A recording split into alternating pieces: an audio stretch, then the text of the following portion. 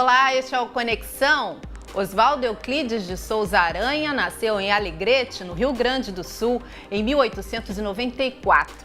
Foi um advogado, político e diplomata atuante, ministro no governo de Getúlio Vargas e presidente da primeira sessão especial da Organização das Nações Unidas, em 1947. Antes disso, liderou a Revolução de 1930, um movimento armado que pôs fim à República Velha. Com a vitória da Revolução, Oswaldo Aranha se tornou ministro da Justiça aos 36 anos. Eu converso agora com Pedro Corrêa do Lago, que é neto de Oswaldo Aranha e autor da fotobiografia do avô. Esta daqui comigo, uma edição de capa dura, com mais de 400 páginas, um material muito rico e muito bem editado. Deve ter dado um trabalhão, não é, Pedro, para produzir essa fotobiografia?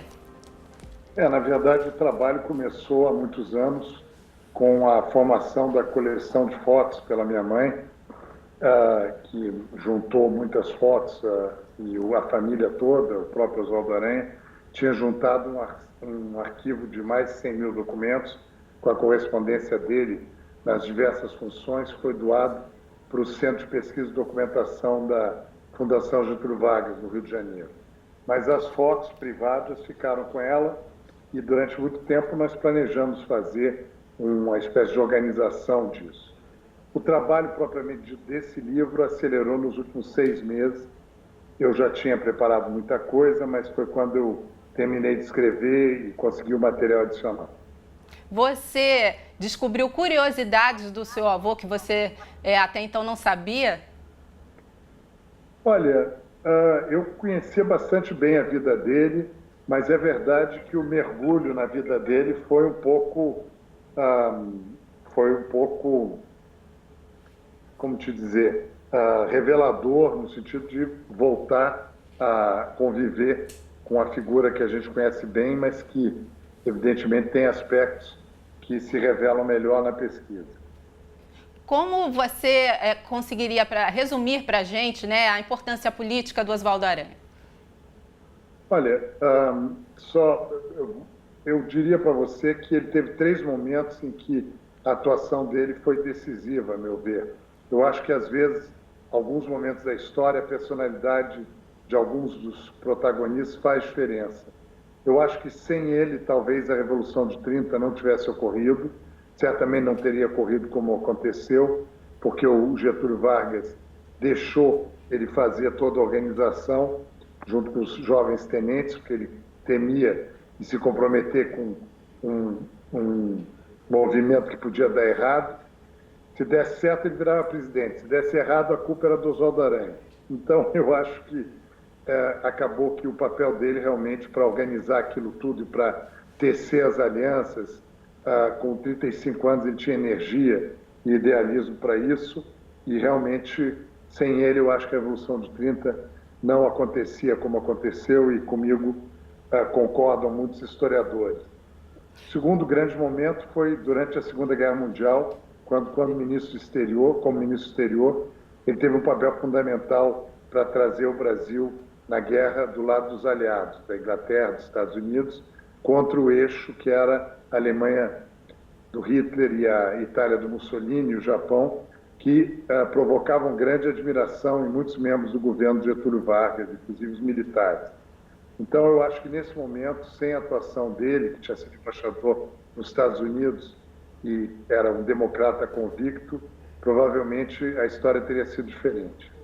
E o terceiro grande momento, eu diria que é quando ele preside a Assembleia da ONU, as 2 Assembleias da ONU, que resolvem a partilha da Palestina, criando um Estado judeu e um Estado palestino pela ONU, e, evidentemente, ele se empenhou muito por isso, e sem a atuação e o poder dele como presidente, provavelmente a votação não teria saído, porque precisava de 2/3 dos votos.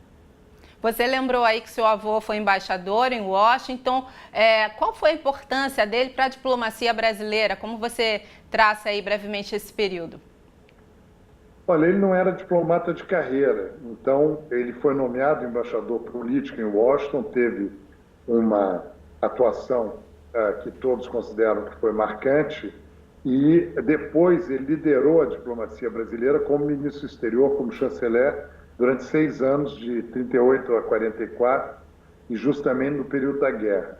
Nesse momento, ele realmente reformulou o Itamaraty, fez um novo plano de carreira, que inclusive valeu durante 40, 50 anos, e teve, evidentemente, recolocou o Brasil.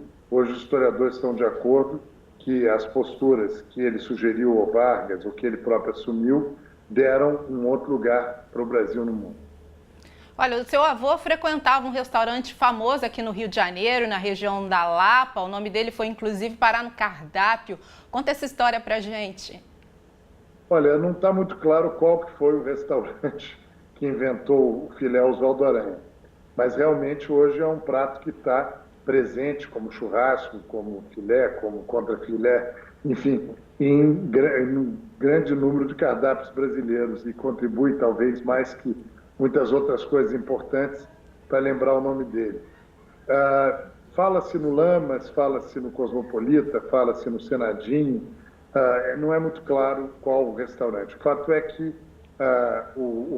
o prato pegou, e hoje o filé Oswaldo Aranha está em muitos cardápios, quase todos os cardápios do Rio de Janeiro, muitos cardápios do país, inclusive nos cardápios para turistas, ele vem traduzido como Oswald Spider Steak. E me diverte muito. Ele vem com muito alho, às vezes vem acompanhado de batatas também. É isso. Você já provou? Muitas vezes. Agora, é uma personalidade brasileira que merece ser reconhecida muito além disso, né, pelos próprios brasileiros. Mas é normal, muitos grandes brasileiros, para os brasileiros atuais lembrarem. Oswaldo Aranha não é o único que sofreu de um certo esquecimento com relação à atuação dele, mas tem muitos historiadores que trabalharam muito bem e sabem. Eu espero que esse livro contribua para lembrar também vários episódios nos quais a atuação dele foi fundamental e que estavam talvez um pouco esquecidos. Tem surpreendido esses primeiros leitores, muita gente que é muito sabida sobre o Brasil, me confessou que tinha muitos episódios que eles tinham esquecido. Ok. E você diria que é possível encontrar esse livro já em todo o Brasil? Qual é o caminho para quem se interessou? Olha, as livrarias principais do Rio de São Paulo, Travessa, Cultura, Livraria da Vila, a Saraiva, eu sei que distribui também. Então, eu imagino que, não sei quanto tempo vai levar para chegar fora do Rio de São Paulo, mas pelo menos nessas duas cidades, o livro já está disponível em quase todas as livrarias. Bom, Pedro Correia... Só para te corrigir, não para te corrigir, mas para lembrar, realmente o exemplar é em capa dura, mas existe uma edição em capa mole também. Que bom! E provavelmente até mais acessível a todos. É mais fácil de manusear, então nós achamos que precisava também da edição em capa mole. Tá bom, tá ótimo. Quero muito agradecer a sua participação no Conexão e parabenizar por essa iniciativa, tá bem? Imagina, muito obrigado a você, né? Um abraço, Pedro. Um abraço, até logo.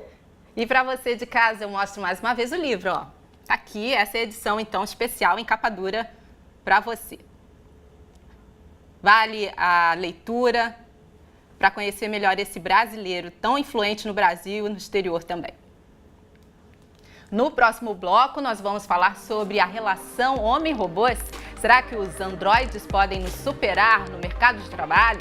A gente volta já com mais Conexão.